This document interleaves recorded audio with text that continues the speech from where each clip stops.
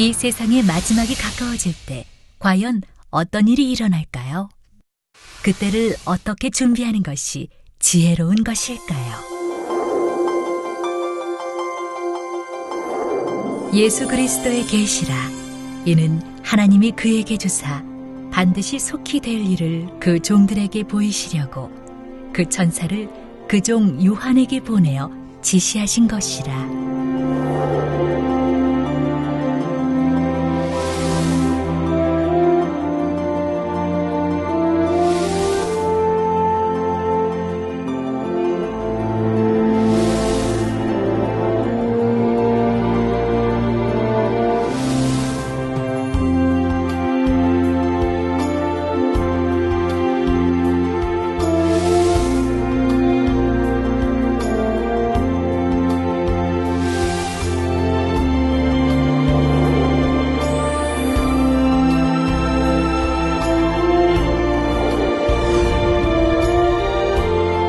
사랑하는 시청자 여러분, 세계적인 부흥사 이재롱 목사의 설교를 통해 아버지 하나님의 마음과 뜻을 깨달아 소망과 기쁨 가운데 힘차게 달려가시길 바랍니다.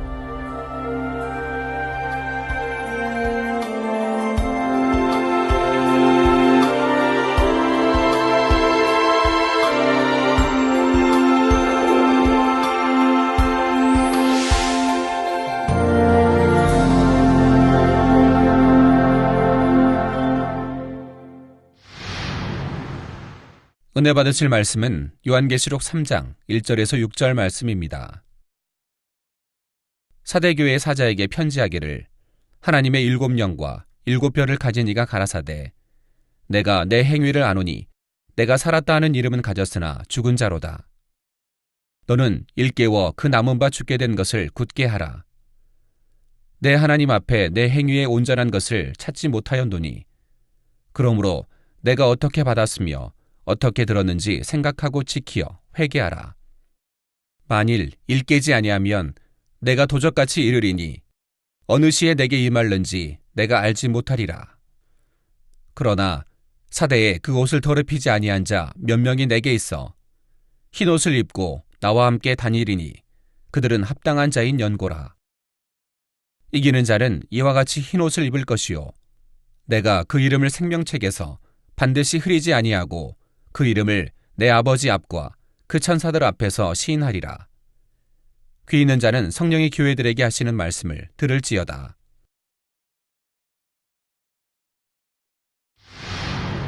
사랑하는 성도 여러분, 시청자 여러분, 지난 2시간에 걸쳐 7영에 관해 살펴보았습니다. 하나님께서 이 땅의 모든 인생들을 두루 감찰하시며 그들의 믿음과 신앙 상태를 측정하기 위해 보내신 하나님의 마음을 7영이라 했지요. 7영은 사람의 모든 행위와 중심까지도 한치의 오차 없이 정확하게 측정해서 기도와 간구에 대한 응답의 여부를 결정합니다. 그런데 이러한 7영은 아버지 하나님과 근본 하나이신 주님의 마음이시기도 하기 때문에 주님께서도 7영을 통해 감찰하시지요. 따라서 모든 것을 아시는 주님께서는 겉으로 보기에는 살아있는 것 같으나 실상은 죽은 것과 같았던 사대교회를 향해 엄한 책망의 말씀을 하고 계신 것입니다. 또한 본문 1절에 보면 주님께서는 7별을 가지셨다 했는데 여기서 7별이란 신구약 시대를 통틀어 하나님께서 택하여 세우신 모든 주의 종을 뜻합니다.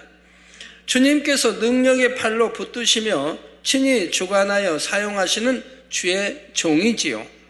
주님께서는 바로 이러한 종들의 입술을 통해 아버지 하나님의 마음과 뜻을 전하게 하시며 살아계신 하나님의 역사들을 나타내 주심으로 하나님의 자녀들이 진리의 길로 갈 수 있도록 인도해 주십니다. 그런데 사대교회는 이처럼 7영을 통해 모든 것을 감찰하시고 7별을 통해 주의 자녀들을 인도해 가시는 주님의 뜻과는 다른 길로 가고 있었지요. 당시의 사대라는 것은 염직 공업 등이 발달하여 물질적으로는 부유하였으나 사치와 부도덕이 만연하였고 거대한 신전이 있는 이방 종교 숭배의 중심지였습니다.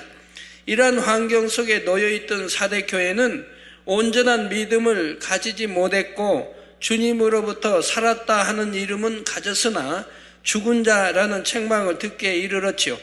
여러분도 말씀을 들으시면서 나도 살았다 하는 이름은 가졌으나 죽은 자 아닌가 이렇게 이렇게 죽은 자 아닌가 분별해 보시기 바랍니다. 우리가 꽃꽂이를 해놓은 꽃들을 보면 그 꽃들이 마치 살아있는 것 같지만 실상은 이미 생명의 근원인 뿌리를 떠났기 때문에 죽은 것이나 다름없듯이 사대교회 성도들의 신앙 역시 사람이 보기에는 살아있는 것처럼 보일 수 있어도 주님의 정확한 잣대로 측정하실 때는 죽은 것과 마찬가지였던 것입니다. 그러면 살았다 하는 이름은 가졌으나 죽은 자라는 말씀의 구체적인 의미는 무엇일까요? 이는 한마디로 사대교회 성도들의 믿음이 행함이 없는 죽음 믿음이라는 뜻입니다. 아담의 범죄 이후 영이 죽게 되었고 그 후손은 모두가 다 영이 죽어 있었는데 예수님을 구세주로 영접하여 성령을 받은 사람은 죽었던 영이 살아나게 되었지요. 그래서 이렇게 영이 살아난 사람은 비록 육체에서 영혼이 떠나는 육의 죽음을 맞았다 해도 죽었다고 하지 않고 잔다고 성경은 말합니다. 그런데 사대교회는 죽었다는 말씀을 들었으니 이는 곧 구원받지 못한다는 것을 말씀하시지요. 비록 스스로는 믿음이 있다고 하나 그 믿음이 죽은 믿음이며 이러한 죽은 믿음으로는 구원을 받을 수조차 없다는 사실입니다. 야고보서 2장 14절에 보면 내 형제들아 만일 사람이 믿음이 있노라 하고 행함이 없으면 무슨 이익이 있으려? 그 믿음이 능히 자기를 구원하겠느냐? 만일 사람이 믿음이 있다고 합니다. 자기는 나는 믿습니다. 믿음이 있노라 하고 행함이 없으면 즉 하나님 말씀대로 살지 않으면 무슨 이익이 있느냐? 그 믿음이 능히 자기를 구원하겠느냐? 즉 구원치 못한다고 말씀하는 거죠. 내가 믿는다고 해도 행함이 없는 믿음은 죽은 믿음이기에 자기를 구원할 수 없다 이 말입니다. 야고보서 2장 17절에는 이와 같이 행함이 없는 믿음은 그 자체가 죽은 것이라 말씀했지요. 이 말씀대로 진정 믿음이 있다고 하면 하나님의 말씀대로 지켜 행하게 되어 있는데 이러한 행함은 없이 입술로만 믿는다고 하는 것은 지식적인 믿음, 곧 죽은 믿음에 불과한 것입니다. 성도 여러분, 전도서 12장 14절에 보면 하나님은 모든 행위와 모든 은밀한 일을 선악간에 심판하시리라 했고 고린도 후서 5장 10절에는 이는 우리가 다 반드시 그리스도의 심판대 앞에 드러나 각각 선악간에 그 몸으로 행한 것을 따라 받으려 함이라 말씀하고 있습니다. 몸으로 행한 대로 반드시 심판을 받게 되어 있다 이 말입니다. 그래서 육체일을 행했으면 육체일을 행한 대로, 어떤 죄를 지었으면 죄를 지은 대로 반드시 선악간의 심판을 받습니다. 물론 회개하고 돌이켜서 용서받은 것은 하나님이 기억지도 아니하신다 했습니다. 동서가 먼 것과 같이 전혀 맞닿을 수 없는 것과 같이 바로 회개하고 돌이킨 것은 하나님이 용서해 주신다 이 말입니다. 다 지워버렸다. 그래서 죄가 없다, 죄담이 없는 것인데 행하고 돌이키지 아니한 것, 용서받지 못한 것들은 반드시 선악간에 심판을 받는다 이 말입니다. 죄도 어떤 육체일 같은 경우는요 한 번 짓고 또 잘못했다고 얘기하고 또 2번 짓고 3번 짓고 이렇게 해서 3번 넘어서 이렇게 가면 하나님을 아주 우습게 여기는 거죠. 다윗 임금이 한 번 죄짓고 선지자에게 지적을 받을 때 바로 회개하지 않습니까? 바로 통에 잡아갑니다. 그래도 그에 따른 막대한 연단을 받습니다. 아들이 죽게 되고 많은 연단을 받습니다. 그런데 하물며 한 번도 아닌 죄짓고 하나님께 용서, 아버지 다시는 안 그러겠습니다 하고 또 짓고 또 짓고 이런 것이 2번, 3번이 되어지면 사망에 이른 죄들을 짓고 말이에요. 그러면 아버지가 계속 그래 나 너 또 속았다 다음에 또 속는다 그러시나요?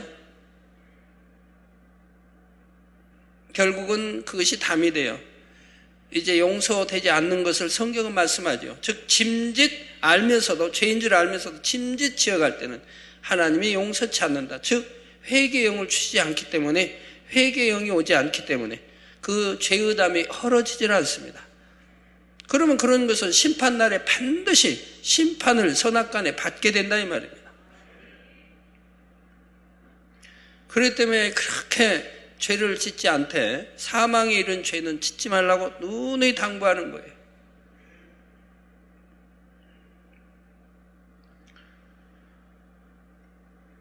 따라서 하나님을 믿고 주님을 믿는 사람들은 선악간에 반드시 심판이 있음도 믿기 때문에 하나님의 말씀대로 지켜 행하게 되지요. 그러나 믿지 않은 사람은 알면서도 행치 않습니다. 여러분은 하나님을 아는 것과 믿는 것이 분명히 다르다는 것을 알아야 합니다. 야고보서 2장 19절에 보면 내가 하나님은 한 분이신 줄을 믿느냐? 잘하는도다. 귀신들도 믿고 떠느니라. 귀신들도 하나님 한 분이신 줄 압니다. 믿고 떤다 이 말입니다. 여기서 귀신들도 믿고 떠느니라 했는데 이는 귀신들도 하나님이 어떤 분이신지 알고 예수 그리스도도 알기 때문에 그 권세 앞에서 두려워한다는 뜻입니다. 또한 성경 곳곳에는 귀신 들린 사람들이 예수님을 알아보고 소리치는 장면들이 나오지요. 누가복음 8장 27절에서 28절에도 보면 귀신 들린 사람이 예수님을 만나자 그 앞에 엎드려 큰 소리로 지극히 높으신 하나님의 아들 예수여 하며 외쳤던 것을 볼 수가 있습니다. 그러나 이렇게 귀신들이 하나님의 아들이신 예수님을 알아보고 그 앞에서 떨며 예수님께서 구세주이심도 안다고 해서 귀신도 예수님을 믿는다 말할 수 있는 것일까요? 결코 아닙니다. 귀신이 예수님을 믿는다 해서 그들이 예수님의 말씀대로 행할 리도 없고 착하고 선하게 사는 것도 아니지요. 그러니 이는 믿는 것이 아니라 단지 아는 것이며 예수가 하나님의 아들이신 것을 아는 것이며 이처럼 아는 것으로 구원받는 것이 아닙니다. 이와 마찬가지로 성경적인 지식을 아무리 많이 안다고 해도 그 아는 말씀대로 지켜 행하지 않으면 이는 참으로 믿는다고 할 수 없습니다. 참 믿음에는 반드시 말씀대로 지켜 행하는 행함이 따른다는 사실입니다. 만약 하나님의 말씀을 많이 알면서도 정작 행함이 따르지 않는다면 이는 알고도 행치 않는 것이니 차라리 몰라서 행치 않는 사람보다 오히려 그 죄가 더 크다는 것도 알아야 하죠. 자, 그래서 누가복음 12장 47절에서 48절에도 보면 주인의 뜻을 알고도 예비치 아니하고 그 뜻대로 행치 아니한 종은 많이 맞을 것이요. 저 주님의 뜻을 알고도 예비치 아니하고 뜻대로 행치 아니한 종은 많이 맞는다 이 말. 알고 짓는 죄는 더 크다 이 말입니다. 알지 못하고 맞을 일을 행한 종은 적게 맞으리라. 즉 알지 못하고 행했어도 맞긴 맞는다 이 말입니다. 죄는 죄다 이 말입니다. 그러나 그 죄의 경중이 모르고 행한 것은 더 가볍다. 알고 행한 것은 더 크다고 말씀하는 겁니다. 더군다나 하나님이 그렇게 금하셨는데도 그걸 순종치 아니하고 다음에 어떤 변명을 할까요? 심판날에 뭐라고 할까요? 몰라서 그랬다고 할 수도 없고 아는데도 불순종했습니다 라고 할 수밖에 없는데, 그로 인해서 얼마나 많은 문제들이 발생하는 줄 아십니까?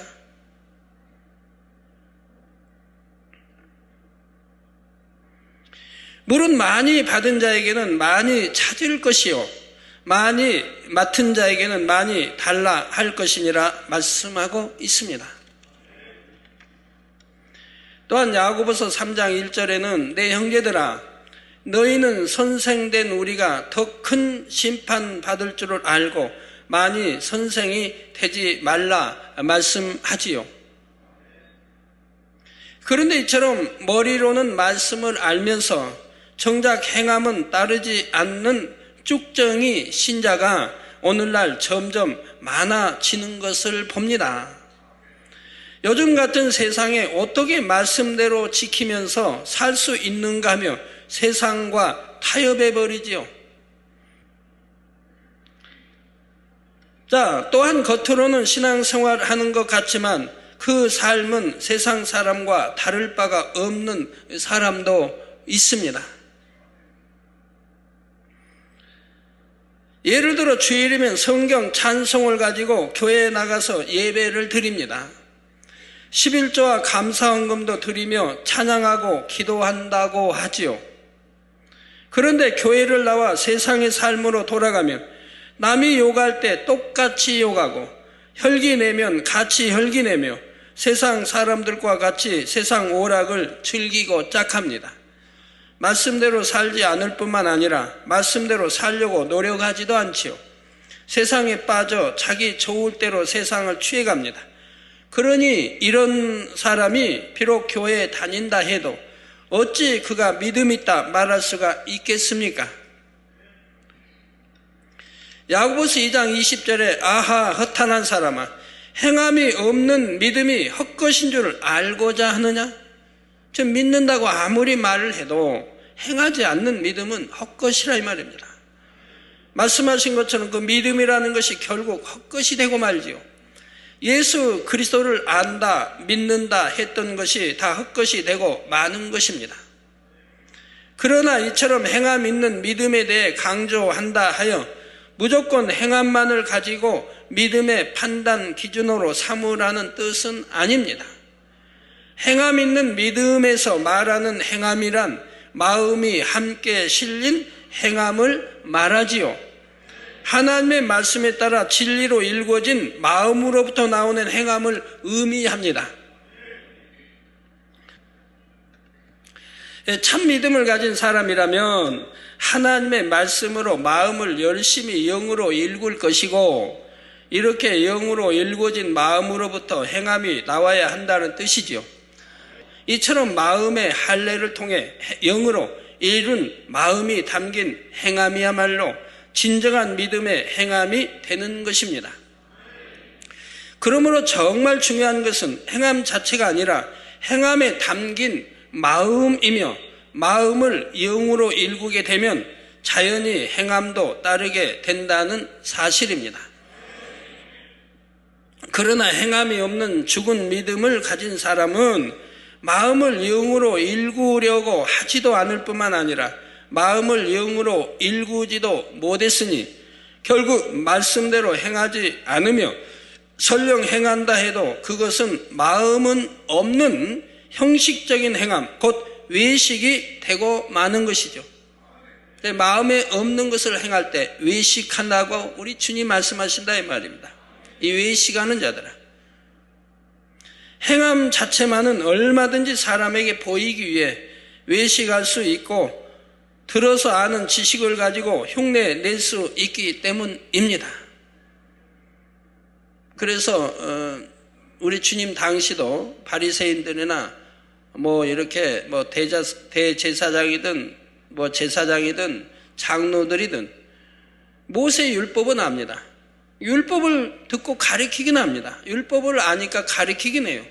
그러나 율법대로 행치는 아니다 이 말이에요. 그래서 우리 주님이 화 있을진저 이 외식하는 자들이라고 여러 번 늘 말씀해 오셨다 이 말입니다. 화 있다 이 말입니다. 저 말씀을 가리키긴 합니다. 그러나 자기들은 지키지 않는다 이 말입니다.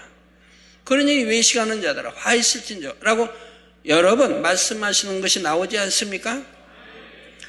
마태복음 6장 1절에 사람에게 보이려고 그들 앞에서 너희 의를 행치 않도록 주의하라. 그렇지 아니하면 하늘에 계신 너희 아버지께 상을 얻지 못하느니라 말씀한 대로 사람에게 보이기 위한 외식하는 행함이 있지요. 또한 이사야 29장 13절에 보면 주께서 가라사대 이 백성이 입으로는 나를 가까이 하며 입술로는 나를 존경하나 그 마음은 내게서 멀리 떠났나니 그들이 나를 경외함은 사람의 계명으로 가르침을 받았을 뿐이라 말씀합니다.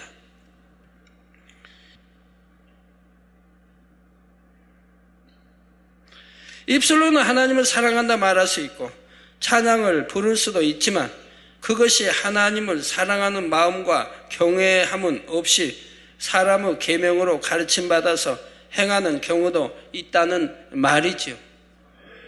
그러니 이런 행함은 아무 소용이 없습니다. 따라서 마음을 영으로 일구지 못한 채 들어서 아는 지식으로만 행하는 것이나 남들에게 보이기 위한 외식함은 결국 때가 되면 드러나게 되어 있고 아무런 열매도 맺을 수 없음을 알아야 합니다. 마음이 없는 행함에 대해 한 가지 예를 들어 설명해 보도록 하겠습니다. 여러분이 부모님을 대할 때도 부모님을 사랑한다면 어떤 형태로든 효의 행함이 나오게 됩니다. 그러나 물질을 많이 가졌다고 해서 더 효도를 많이 하는 것이 아니라 비록 물질은 적게 가졌다 해도 그 안에서 최선을 다해 효도하는 경우가 있지요. 그런데 때로는 행함은 크게 나타내 보이지만 정작 그 안에 담겨야 할 마음은 없는 경우도 있습니다. 의무적으로나 또는 어떤 목적을 가지고 하는 형식적인 행함의 효도라면 이때는 비록 아무리 큰 행함을 보인다 해도 그것을 참 효도라 말할 수는 없겠지요. 만약 부모님의 입장에서 그 마음속을 들여다볼 수 있다면 겉모습과는 너무나 다른 마음에 놀랄 것입니다.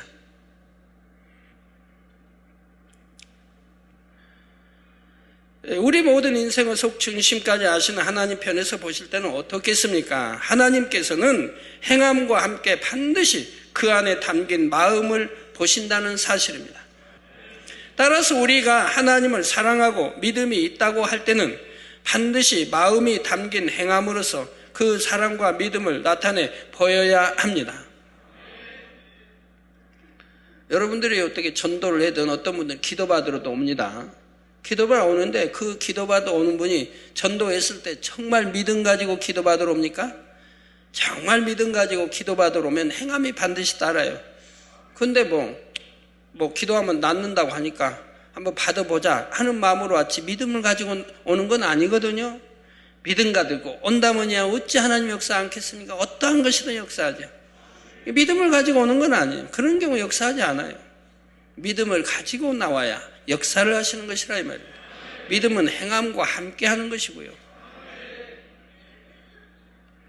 사랑하는 성도 여러분, 우리는 일곱 영을 통해 측정하시고 불꽃 같은 눈동자로 살피시는 하나님 앞에 아무것도 숨길 수가 없습니다. 내가 내 행위를 아노니 말씀한 대로 우리의 행위뿐만 아니라 깊은 마음속에 세미한 것까지도 다 아시지요. 그러니 여러분의 있는 모습 그대로를 하나님 앞에 진실하게 내려놓으시기를 바랍니다. 지금까지 믿는다 하면서 말씀대로 행하지 못한 것이 있었다면 행할 수 있는 능력을 구하시기 바랍니다. 또한 나름대로 행한다 했지만 마음을 싫어하지 못한 것이 있었다면 하나님 앞에 진실한 마음을 구하시고요.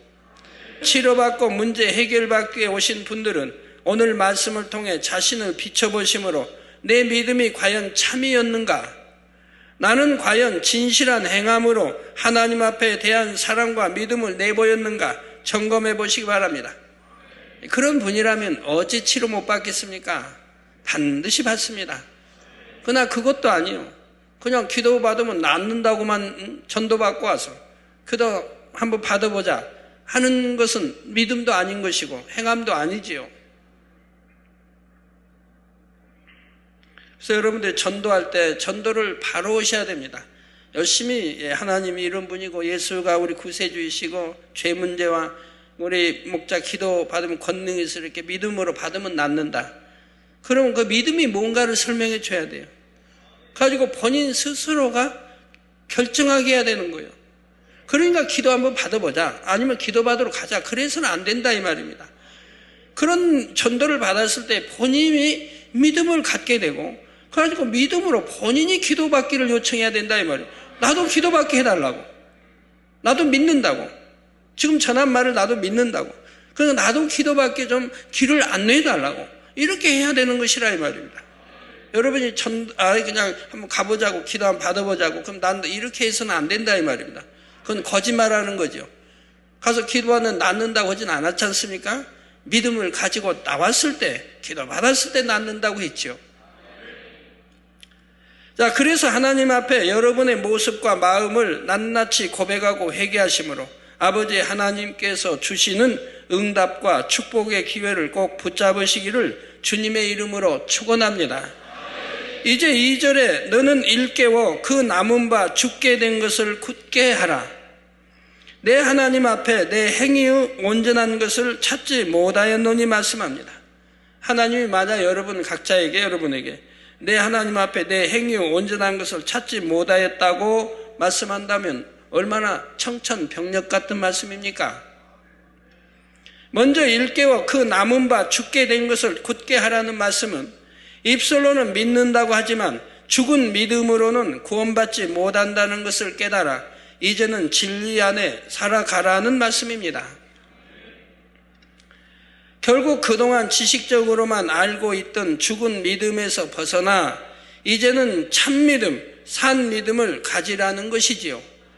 다음으로 내 하나님 앞에 내 행위의 온전한 것을 찾지 못하였다 하셨는데 이는 믿는다 하면서도 세상에 빠져 세상을 취하면서 세상 사람들과 똑같이 살아간다는 말씀입니다.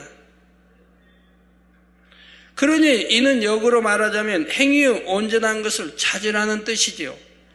그래서 바로 이어지는 3절 전반절에 보면 어떻게 해야 행위의 온전한 것을 찾을 수 있는지 그 해답이 나오고 있습니다. 그러므로 내가 어떻게 받았으며 어떻게 들었는지 생각하고 지키어 회개하라 했지요. 성도 여러분, 여러분이 그동안 이 제단을 통해 어떻게 가르침받고 어떤 말씀들을 들어오셨는지 이 시간 한번 생각해 보시기 바랍니다. 여러분이 본 제단을 통해 듣고 배운 말씀은 악은 모양이라도 버리고 아버지 하나님을 닮으라는 성결의 말씀이었습니다. 레위기 11장 45절에 나는 너희의 하나님이 되려고 너희를 애굽 땅에서 인도하여 낸 여호와라. 내가 거룩하니 너희도 거룩할지어다 말씀하신 대로 또 신약에 와서 베드로전서 1장 16절에 기록하였으되 내가 거룩하니 너희도 거룩할지어다 하셨느니라 말씀한 대로 아버지 하나님을 닮아 거룩해 되어야 한다고 가르치고 또 가르쳤지요. 구약이나 신약에도 구약에도 여호와 앞에 성결하라 말씀했고요. 이렇게 내가 거룩하니 너희도 거룩하라고 명령하시는 겁니다. 아버지 거룩하시니 자녀들도 하늘 백성들도 거룩해져야 한다 이 말입니다. 곳곳에 말씀하지요. 내가 온전하니 너희도 온전하라. 내가 완전하니 너희도 완전하라. 내가 거룩하니 너희도 거룩하라. 아버지 거룩하시니 자녀라고 한다면 아버지라고 부르는 아들, 딸, 자녀라고 한다면 자녀들도 반드시 거룩해져야 한다 이 말입니다. 그러니 이 제단의 성결의 말씀이 얼마나 감사합니까? 하나님은 온통 성결 구약 신약에다 말씀하고 있잖아요. 성결되라고 악은 모양이라도 버리라고.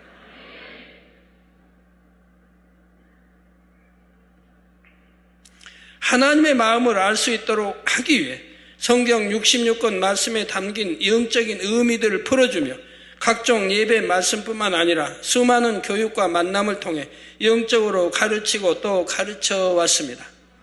세계 많은 주의종님들이 저에게 기도받으면 능력도 받고 하는 줄 아세요? 기도받으면 능력. 그래서 편지들이 많이 와요. 나도 어떻게 권능받기 위해서 기도받을 수 없습니까? 너무 모르는 거예요, 성경. 너무 모르는 거예요. 내가 기도해줘서 권능받는다면 우리 주의종들 다 기도해서 권능받게 하죠? 우리 일꾼들 다 기도해서 권능받게 하게 해요? 권능은 그렇게 주어지는 게 아니라 이 말입니다. 성경에 우리 하나님의 사람들이 어떻게 권능이 주어졌는가를 보면 알죠.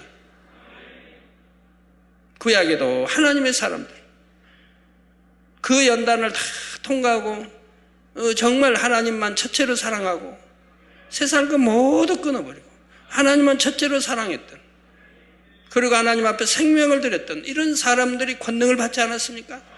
모세든 엘리야든 여호수아든 하나님의 사람들은 다 그리했다 이 말입니다. 신약에 와도 마찬가지. 베드로든 사도 바울이든 또 우리 집사로 권능받은 스데반 집사, 빌립 집사 얼마나 성결됐느냐 이 말이에요. 그래서 성경에 나오죠. 그분이 어떠한 삶을 살았는가. 스데반 집사도 나오죠. 빌립 집사도 두 딸이 다 예언을 받았죠. 얼마나 거룩하게 살았는가 나오죠. 얼마나 거룩하게 하나님의 사람들이었는가. 스데반 집사도 아무 잘못 없이 복음 전하다가 잘못 없이 또 분명히 영안이 열려 보고 있는 거예요. 하늘문이 열리고 우리 주님이 하나님 보좌 우편에 서 계신 것을 보노라고 했어요. 본 걸 봤다고 말해요. 그런데 분노해서 막 돌을 때려 죽인다 이 말이에요. 돌을 던져 죽인다 이 말이에요. 돌에 맞아 순교하면서도 스데반 집사의 고백은 뭡니까? 주여 저들을 용서하여 주옵소서. 돌에 맞아 죽어가면서도 저들을 용서하여 주옵소서. 저들의 죄를 저들이 돌리지 말아달라고. 우리 주님도 마찬가지 그런 기도하셨듯이 스데반 집사 하나님의 사람들은 그렇게 한다 이 말입니다. 우리 원망하고 탄식하는 게 아니고요. 내가 복음 전하다가 돌에 맞아 죽는다 할지라도 오히려 저들에게 화가 가지 않도록 기도하는 것을 봅니다. 이렇게 성결되었기 때문에 하나님이 권능을 주셔서 쓰시는 것이라 이 말입니다. 이렇게 성결되고 그리고 기도받아 권능도 임하는 것인데 그런 것도 아무 모르고 그냥 권능 받아 그런 게 아니라 이 말입니다. 정말 내가 하나님을 사랑하고 기도 불같이 하고 그리고 내가 성결돼서 내가 성결된 만큼 안에서 기도할 때 능력들이 임하고 권능도 임하게 되는 것이라 이 말입니다. 내가 얼만큼 더 성결되었느냐에 따라서 얼만큼 내가 하나님을 사랑하느냐에 따라서 권능 있는 자가 기도해 줄 때 그 능력이 임하는 것이라 이 말이에요. 또한 선만을 가르쳤고 진리만을 가르쳤지요. 그런데 여러분은 스스로를 생각해 보실 때 과연 가르침받고 들은 말씀들을 얼마나 지켜 행하고 있습니까? 하지 말라는 것은 하지 않으셨는지요? 하라는 것은 하셨는지요? 또 버리라는 것은 버리고 지키라는 것은 지키셨습니까? 저는 초신자 때부터 하나님 말씀 읽으면 꿀맛같이 달고 들으면 꿀맛같이 달고 왜 꿀맛같이 다느냐? 하나님의 그 마음 뜻을 깨우칠 수 있기 때문에 그런 거예요. 하나님의 마음이 뭔가, 하나님의 뜻이 뭔가를 알기 위해서 부흥집회도 찾아다니고 그 기도마다 찾아다닌 거예요. 기도원에 가면 새벽 기도 있죠. 새벽 말씀 있죠. 저녁 말씀 있죠. 어디는 오전 예배도 드리죠. 어디는 오후 예배까지 드리죠. 그 말씀 들으면서 깨우치기 위해서요.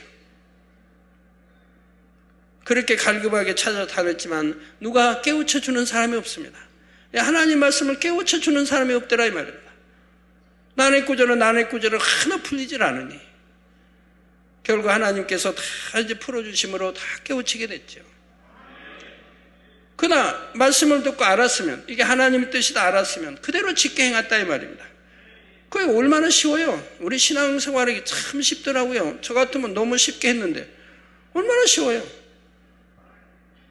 여러분 이게 만약에 더러운 것이 묻었다고 해봐요. 더러운 거 묻었다고. 그 어린아이가 이 더러운 건지 뭐래 하여튼 묻었다고 더러운 게 묻었어요. 변이. 그 엄마나 아빠가, 야, 그거 버려. 쓰레기통에 너 버려라. 그러면 어떻게 해요? 갖다 버리면 얼마나 쉬워요? 이거 손수건인데 엄마? 이거 아깝게 버려?가 아니고 버리라. 그럼 그냥 버리면 되는 거예요. 얼마나 쉬워요? 순종만 하면 얼마나 쉬워요? 하라면. 그거 좀 세탁 좀 해라. 세수 좀 해라. 네 엄마. 하면 얼마나 좋아요. 엄마 나 어제 세수했는데요. 아침에 했는데요. 하지 말고 하라고. 그러면 엄마 내 뭐 묻었나요? 엄마 세수하라고 해야지. 네 하고 하면 될 거 아니에요. 뭐 어려워요 그게? 하라면 하면 되는 거지. 부모님이 하라면 하면 되는 거 아니에요? 꼭 이유돼야 되고. 엄마 나 아까 세수했어. 엄마가 하라 할 때는 이유가 있을 것이라 이 말이에요. 네 하고 하면 되는 거지. 하지 말라면 안 하면 되고, 하지 마 그러면 안 하면 될 거 아니에요. 너는 놀러 가지 말고 집 좀 지켜보면 네 하고 지키면 될 거 아니에요. 엄마는 오늘 그냥 나가서 여하튼 뭐 할 일이 있는데 이유 될 필요 없다 이 말이에요. 엄마가 지금 필히 내가 집을 봐야 되니까 보라고 하시나 보다. 네 하고 그러면 내가 숙제나 해야지 하고 하면 되는 거고. 순종하는 게 뭐 어려워요. 더구나 하나님만 만군의 하나님의 말씀인데 하지 마라 그러면 네 하고 안 하면 되고, 법을 지켜라 그러면 네 하고 지키면 되고. 저도 지금도 주변에 늘 말하는 겁니다. 법을 지키라고, 나라법도 지키라고, 적은 것도 지키고 큰 것도 지키고 아주 세미한 적은 것도 반드시 지키라고 늘 가르칩니다. 그래서 지키라는 것은 지키고 버리라는 것은 버리고, 하지 말라 하면 안 하면 되고 하라 하면 하면 되고. 얼마나 쉽습니까? 참 쉽잖아요. 빌립보서 4장 9절에 너희는 내게 배우고 받고 듣고 본바를 행하라. 그리하면 평강의 하나님이 너희와 함께 계시리라 말씀하고 있습니다.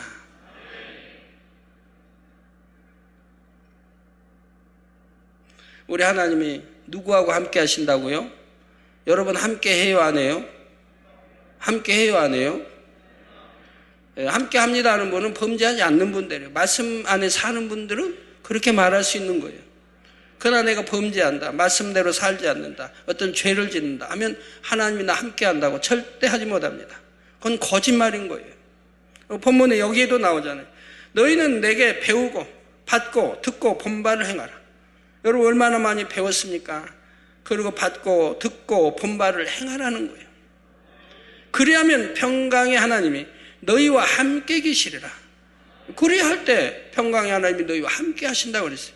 그러니까 이렇게 하지 않으면, 내게 배우고 받고 듣고 본바를 행치 않으면 하나님이 함께 하지 않으신다고 하는 것이라 이 말. 그러니까 아까 네 아멘 나 그렇게 하신 분들은 지금 하나님 말씀대로 살아가는 분들이죠. 이 말씀처럼 여러분이 배우고 받고 듣고 본바를 행해 나가기만 하면 평강의 하나님께서 늘 여러분과 함께 하신다는 사실입니다. 그러나 그동안 그렇게 하지 못했다면 지키어 회개하라는 말씀대로 이제부터라도 회개하고 돌이켜 말씀대로 지켜 행해야 하는 것입니다. 회개한다는 것은 단지 입술로만 잘못했습니다, 앞으로 안 그러겠습니다 하는 것이 아니지요. 잘못 행하던 것을 그만두고 완전히 돌이켜서 바른 길로 행해 나가는 것입니다. 그러지도 아니하면서 잘하겠습니다, 앞으로 안 그러겠습니다, 그러면 안 된다 이 말이에요. 안 그러겠습니다 하면 안 그래야 되고, 잘하겠습니다 하면 잘해야 되는 것이고, 그러지 아니하면 맨 거짓말하는 것이 되죠. 잘하겠습니다 하고 잘 안 하면 거짓말하는 거, 안 그러겠습니다 하고 또 하면 거짓말하는 거죠. 그리고 진정 회개하여 돌이켰다면 그 마음을 변함없이 지켜 나가야 하지요. 위례성이 아닙니다. 변함없이 우리 천국 갈 때까지 지켜 나가야지요. 성도 여러분, 그런데 여러분이 회개할 때 꼭 생각해 보아야 할 것은 처음에 어떻게 하나님을 만나게 되었고 예수 그리스도를 믿게 되었으며 성령 받은 첫사랑의 뜨거움은 어떠했는가 하는 것입니다. 그 큰 은혜를 받고 첫사랑에 충만했었는데 과연 그 첫사랑의 아름다움을 소중히 지키며 간직해 왔는가 하는 것이죠. 더군다나 만군의 하나님의 사랑을 받아놓고도 그 첫사랑이 식어진다 하면 도대체 이해가 안 되죠. 저는 참 이해가 안 돼요. 어떻게 첫사랑이 식어지는가? 하나님께 받은 사랑이 식어지는가? 그런 사람은 결혼해도 부부간에도 사랑이 식어질 것이고 문제네요. 하나님과의 사이에 그 사랑도 식어지는데, 받은 사랑도 식어지는데, 유괴사랑끼리, 부부끼리는 그 사랑 결혼하고 나서 식어지면 첫사랑이 안 식어지고 세월의 흐름에 따라 더 깊어지면 얼마나 좋은데, 얼마나 좋아요. 가정도, 가족도, 자녀들도 부모의 그 사랑 앞에 평안하게 깃들이며 학교 다니고 살아갈 터인데 행복하게 말이에요.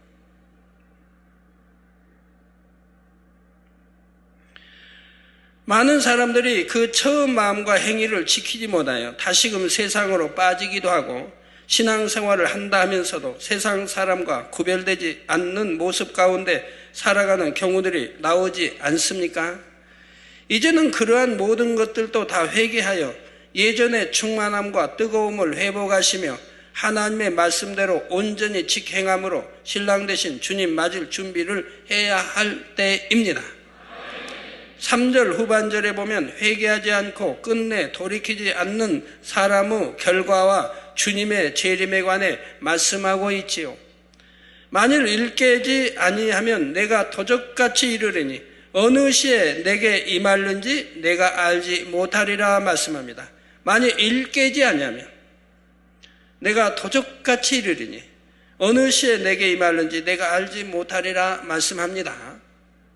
가정에 도둑이 들 줄 알았다면 어찌 지키지 못하고 막지 못하겠습니까? 나 자는 틈에, 없는 틈에 나와서 도적질해 가는 것이고, 사랑하는 성도 여러분, 여러분은 말씀을 통해 자신의 부족함을 지적받고 자신의 모습을 깨달을 수 있음에 감사해야 합니다. 만약 주님께서 갑자기 오셨을 때 미처 죄 가운데서 돌이키지 못한 상태라면, 그래서 주님 맞을 준비가 안 된 상태라면 어떠한 결과가 벌어지겠습니까? 아이고, 혹여라도 주님 오실 때 그때 철저히 회개하고 돌이켜서 이제 주님 잘 믿는다고 해봐요. 그러면 결과는 어디 가겠어요? 낙원밖에 못 가지 않겠어요? 이제 시작한 지가 얼마나 됐는데, 죄사함 받고 시작한 지가 얼마나 됐는데 상급살 기회도 없었죠?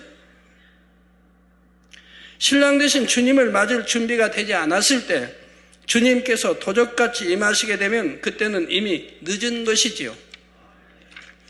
도적이 어떤 곳에 들어갑니까? 문단속도 제대로 잘하지 않은 채 잠들어 있는 사람이 있는 곳에 들어갑니다. 그러다 깨어서 문단속을 든든히 한 곳에는 도적이 몰래 들어올 수가 없지요. 마찬가지로 신랑 맞을 준비를 하지 않은 사람에게는 주님께서 도적같이 임하시지만, 기름 준비를 잘하여 신랑 맞을 준비를 한 사람에게는 간절히 사모하며 기다리던 신랑으로 오십니다. 데살로니가전서 5장 4절 5절에도 형제들아 너희는 어두움에 있지 아니하며, 즉 빛 가운데 산다 이 말입니다. 어두움에 있지 아니하며 그날이 도적같이 너희에게 임하지 못하리니 너희는 다 빛의 아들이요 낮의 아들이라. 우리가 밤이나 어두움에 속하지 아니하나니, 즉 빛의 아들, 하나님 말씀 진리 계명 지키며 사는 사람들 빛 가운데 산다. 즉 낮에 산다. 밤이 아닌 낮에 산다. 이런 아들들에게는, 이런 자녀들에게는 도적같이 임하지 아니하신다 이 말입니다. 자, 어둠에 있지 않고 빛 가운데 살아가는 사람에게는 주님께서 도적같이 임하지 않으실 것임을 분명히 말씀하고 있습니다. 물론 마태복음 24장 36절에 그러나 그날과 그때는 아무도 모르나니 하늘의 천사들도 아들도 모르고 오직 아버지만 아시느니라 말씀한 대로 주님께서 다시 오실 그날과 그때는 오직 아버지 하나님만이 아십니다. 하지만 성경은 주님께서 다시 오시는 날이 언제쯤인가 정도는 알 수 있게 기록해 놓았지요. 제자들이 예수님께 물을 때 예수님도 답변했지요. 마지막 때는 이러이러한 징조가 나타난다고. 그날과 그때를 모른다고 해서 언제쯤 정도 된다는 것도 알 수 없다고는 말씀하지 않으셨습니다. 마치 여인이 해산할 때 몇 날 몇 시에 아이가 태어날는지는 정확히 몰라도 몇 월 그 중에서도 초순인지 중순인지 하순인지 어느 때쯤인지는 예측할 수가 있는 것처럼 말입니다. 여러분 병원에 가서 언제 난다고 날짜 씌워서 이렇게 해도 그날에 나오는 건 아니지 않습니까? 그날에 나오는 거 아니고 열흘 빨리 나올 수도 있고 아니면 열흘 늦게 나올 수도 있고 맞춰 나올 수도 있고 다 다릅니다. 더군다나 며칠 날, 몇 시, 언제 나온다 하고 누가, 아이가 알려주던가요, 뱃속에서?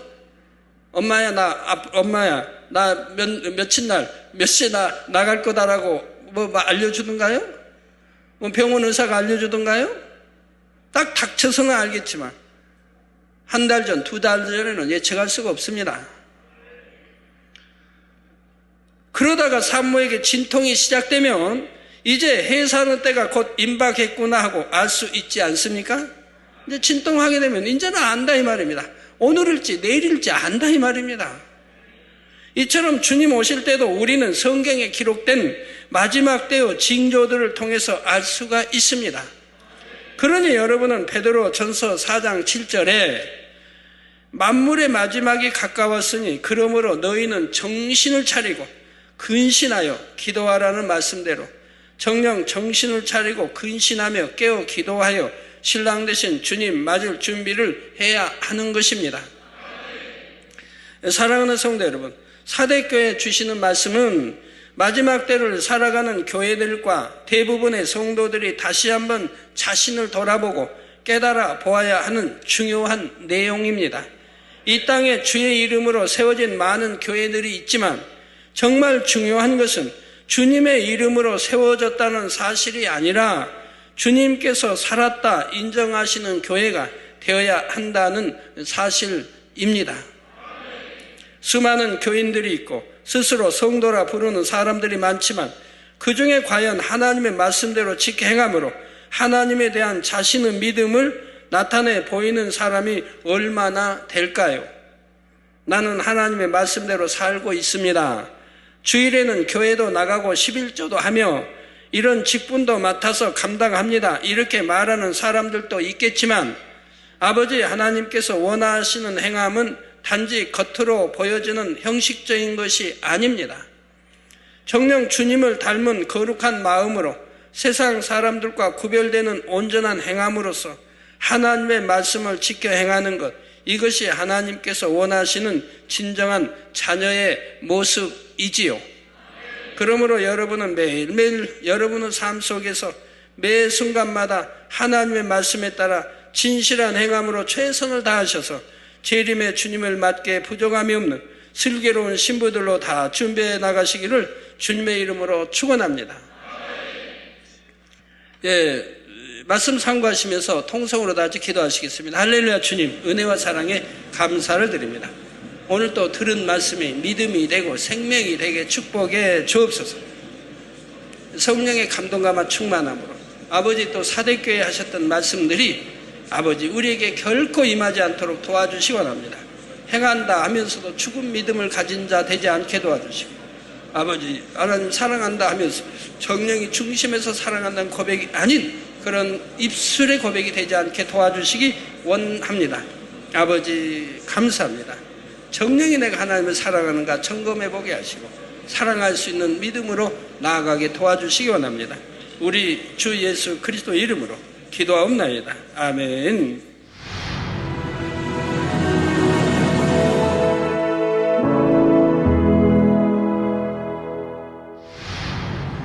할렐루야. 전능하신 사랑의 아버지 하나님, 이 시간 기도받는 모든 성도님들 위해 안수하여 주옵소서.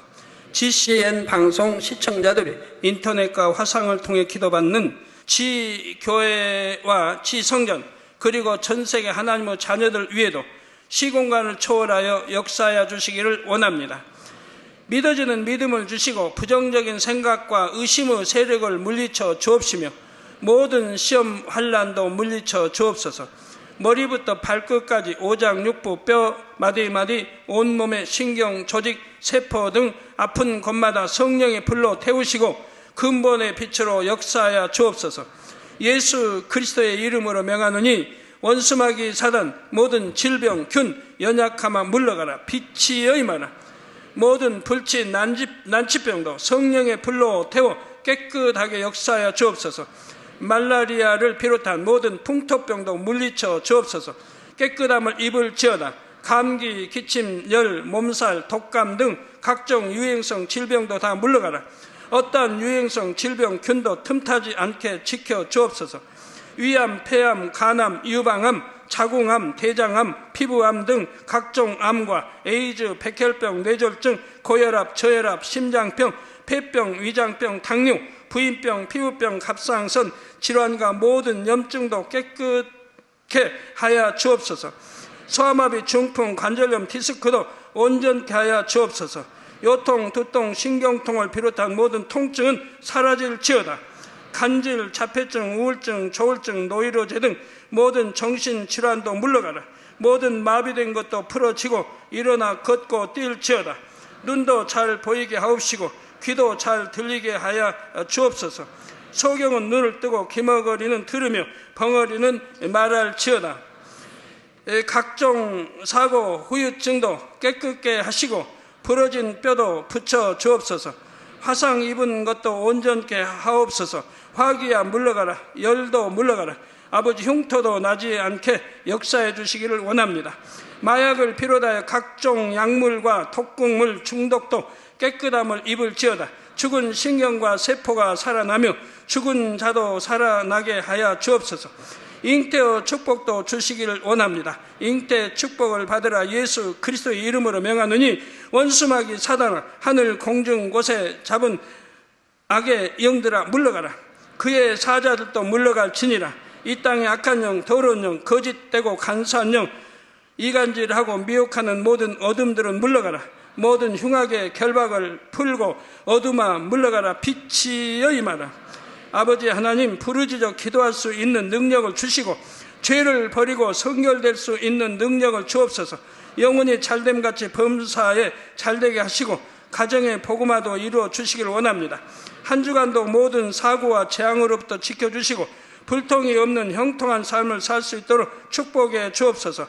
성령의 불담으로 천군 천사와 주님의 불꽃 같은 눈동자로 모든 하나님의 자녀들과 가정, 일터, 사업터를 지켜주시기를 원합니다. 학생들에게 지와 명철을 더하시고 공부도 할 수 있는 뜨거운 마음과 열정도 더하여 주옵소서. 마음과 생각을 세상에 빼앗기지 않도록 지키시고 하나님을 뜨겁게 사랑하는 학생들로 축복하여 주옵소서. 하나님의 자녀들이 먹으나 마시나 입으나 무엇을 하든지 하나님 앞에 영광 돌리는 삶이 되게 축복하여 주시기를 원합니다. 나는 하나님을 만났노라, 체험했노라, 응답 받았노라, 축복 받았노라, 간증하는 입술이 되게 역사하여 주옵소서. 아버지 하나님 감사합니다. 홀로 영광 받으옵소서. 우리 주 예수 그리스도의 이름으로 기도하옵나이다.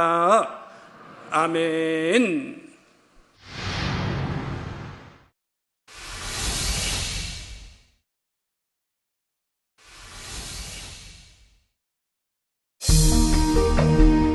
이 세상의 마지막이 가까워질 때 과연 어떤 일이 일어날까요? 그때를 어떻게 준비하는 것이 지혜로운 것일까요? 요한계시록에 그 해답이 담겨 있습니다. 마지막 때를 깨어 준비하며 신부단장할 수 있도록 마지막 때에 속히 되어질 일에 대해 세세히 기록한 요한계시록. 사랑하는 시청자 여러분, 세계적인 부흥사 이재롱 목사의 설교를 통해 들은 말씀을 지켜 행함으로 진정 복 있는 사람들이 되시길 바랍니다. 오늘 말씀 본문을 통해 여러분을 향한 하나님의 뜻을 묵상해 보시겠습니다.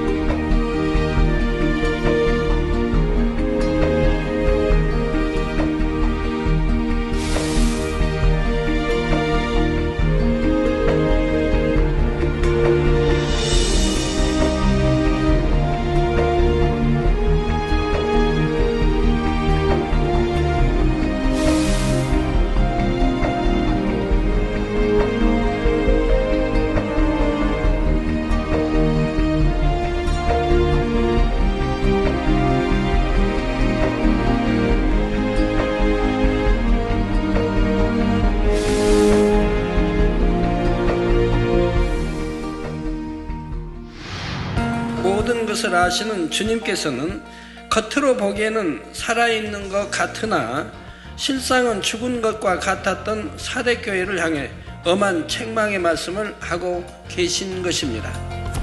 살았다 하는 이름은 가졌으나 죽은 자라는 말씀의 구체적인 의미는 무엇일까요?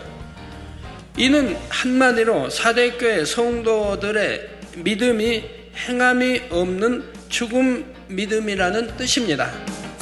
여러분은 하나님을 아는 것과 믿는 것이 분명히 다르다는 것을 알아야 합니다.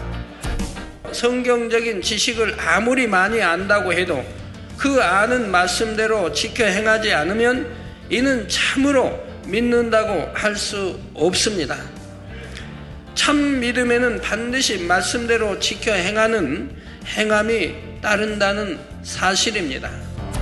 그러므로 정말 중요한 것은 행함 자체가 아니라 행함에 담긴 마음이며 마음을 영으로 일구게 되면 자연히 행함도 따르게 된다는 사실입니다. 우리가 하나님을 사랑하고 믿음이 있다고 할 때는 반드시 마음이 담긴 행함으로써 그 사랑과 믿음을 나타내 보여야 합니다. 사대교회 주시는 말씀은 마지막 때를 살아가는 교회들과 대부분의 성도들이 다시 한번 자신을 돌아보고 깨달아 보아야 하는 중요한 내용입니다. 정녕 주님을 닮은 거룩한 마음으로 세상 사람들과 구별되는 온전한 행함으로써 하나님의 말씀을 지켜 행하는 것, 이것이 하나님께서 원하시는 진정한 자녀의 모습이지요.